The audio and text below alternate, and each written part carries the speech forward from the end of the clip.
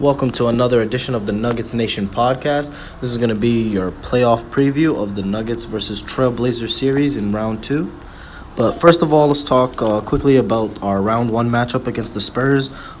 First and foremost, shout out to the Spurs. Lots of respect to them. Throughout this whole time, I had lots of love and respect for them. I told you they were our biggest threat for round one, but we were able to do it. It took us 7 games. I wouldn't say that's what I wanted, but it may be a good thing for us to go to Game 7. It gives us a few extra games of experience, kind of like practice, I would say. You could see from Game 1 of the Spurs series and onwards how each game we went through, we gained a little bit of playoff experience, and we got a little bit of playoff swagger, kind of. Each of the Nuggets players showed up a little bit more as the playoffs continued to go on, and everybody got basically more comfortable. That was a big thing as well. The Trailblazers are a difficult opponent. A lot of people say they see us going to Game 7 against them. I was thinking whether that would be a good or a bad thing for us to go to 7 games against the Blazers. I see it in two situations. I think if Houston and Golden State also goes to Game 7, then that would be a positive for us, as they wouldn't be well rested and we could continue to get that playoff experience. And Game 7 is a whole different monster. It's a whole different form of playoff experience. We have Game 7 experience now. The stakes don't get higher than that. Playoffs don't get harder than that. It's a big deal that we have this experience, I would say. Even though I would understate playoff experience earlier in the season, I told you it wouldn't make a difference to the Nuggets. What I mean when I say that is it wouldn't be game changing. It wouldn't change the fact that we wouldn't beat the Spurs. I think it was overstated for sure. Clearly, we're an amazing team. We're second in the West. We were first in the West for the longest amount of time. So our talent doesn't go down just because we don't have playoff experience. But when it comes to matchups against the Spurs and the Warriors and, difficult opponents, then it does make a bit of a difference, and it could be a X factor. But it's not a determining factor, I wouldn't say. Really quickly, though, before we talk about the Trailblazers, I just want to point out a few things about the Spurs series as it affects us going on throughout the rest of the playoffs. First of all, the thing that doesn't affect us but I want to talk about is Derek White is a good player. I'm not saying he sucks, but he's definitely not a dog. He doesn't have dog in him. That is something Jamal Murray does have, and it's because of Jamal Murray's attitude. Some people might say it's a bad thing, but I think it's a huge factor for our Nuggets team. I'll explain it like this, first of all. If you look at Jokic, he's our best player, but he doesn't have that Shaq mentality. He doesn't want the ball. He want to dunk on somebody, score on somebody every single play. He's a lot more chill. He doesn't mind passing the ball up. He doesn't want the game-winning shot. He's not scared of the game-winning shot. He just doesn't care. He's chill. He's relaxed. I don't know if he even is that serious about basketball. I think he is, though. You can see it in him. But as of right now, Jokic isn't even a dog. Jokic is the best player out of the whole series, but he's not a dog. Jamal Murray is one of the only fucking animals in that series. So Jamal Murray gets hyped up by shit-talking and by being disrespected and slept on. The same way Damian Lillard balled out that last series because they say it's been years of sleeping on him and not, counting him as an elite point guard. Jamal Murray has that same issue. He wants his respect for all the work and points he scores and all, everything he does. He's an amazing player, honestly, but he doesn't get talked about enough. And like I said, he got that closing mentality, that killer instinct. He's going to get us a bucket whenever we need it. He got us the little floater in Game 7 against the Spurs when we really... But him and Jokic are the perfect complements for each other. Jokic being the best player but being a pass-first player goes perfectly with Jamal Murray being a shoot-first, crazy-ass point guard. But that works with Jokic's chill demeanor. So when we need a super important bucket with, no worry. Murray doesn't care what you guys think. He's going to jack up the shot that we need at the end of the game. People see the plays Murray and Jokic make, and they see how much points the Nuggets score and that we're an amazing offensive team. But honestly, our defense, I wouldn't say is better, but it's definitely understated, and it's at the same level as our offense. We're amazing defensively. Against the Spurs in Game 7, they started off 2 for 19.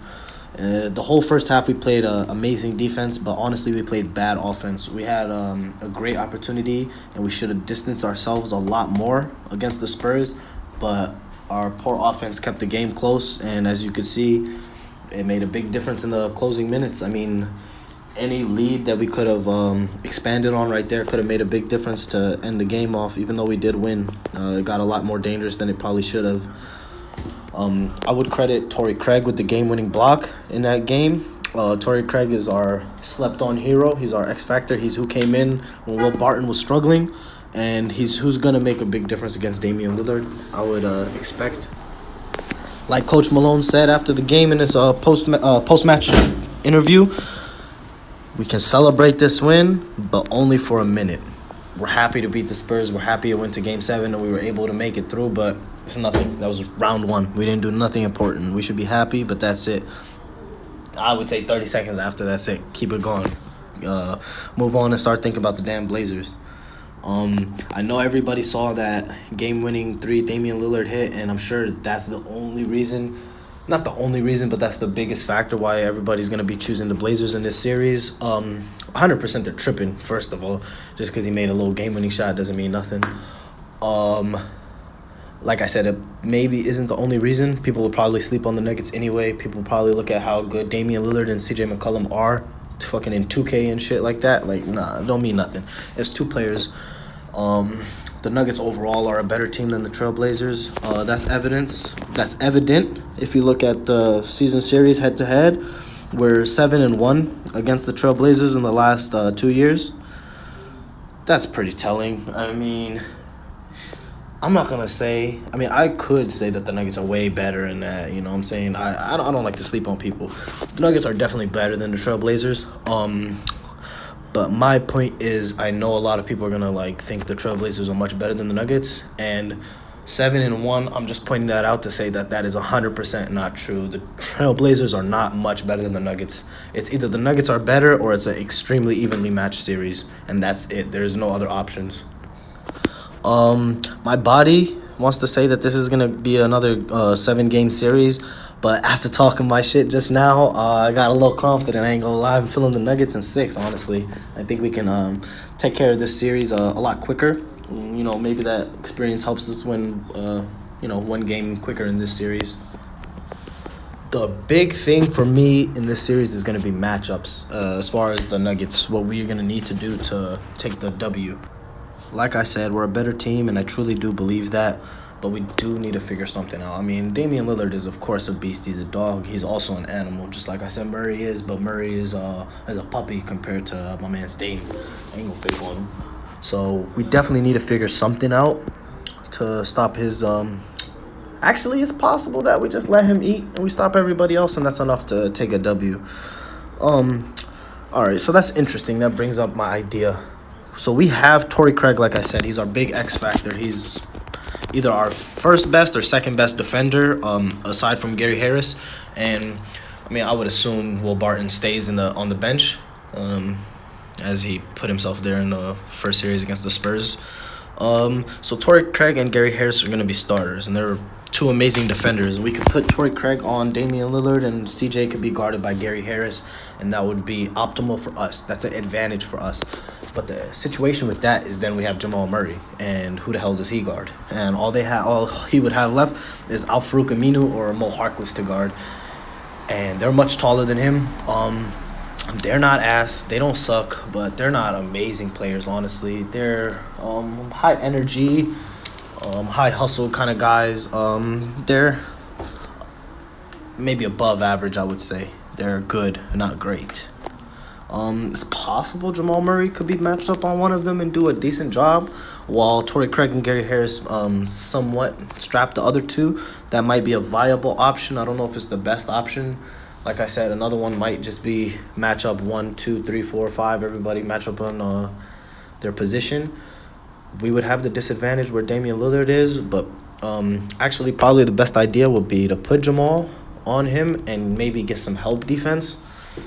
The other thing would be, do we want Jokic to guard Enes Kanter? Enes Kanter is good on offense. We could put Paul Millsap on him. He's our bigger defender, even though he's our power forward. But then that would have Jokic on Aminu, and that would be pretty awkward, honestly. I think they could take advantage of Jokic. So Jokic should probably just guard Cantor no matter what Cantor could do to him. I don't think he could do nothing that insane and take advantage of him that much. Jokic is actually improving his defense slowly, albeit, but he's making improvements. He was a lot worse at the beginning of his career and even the beginning of the season.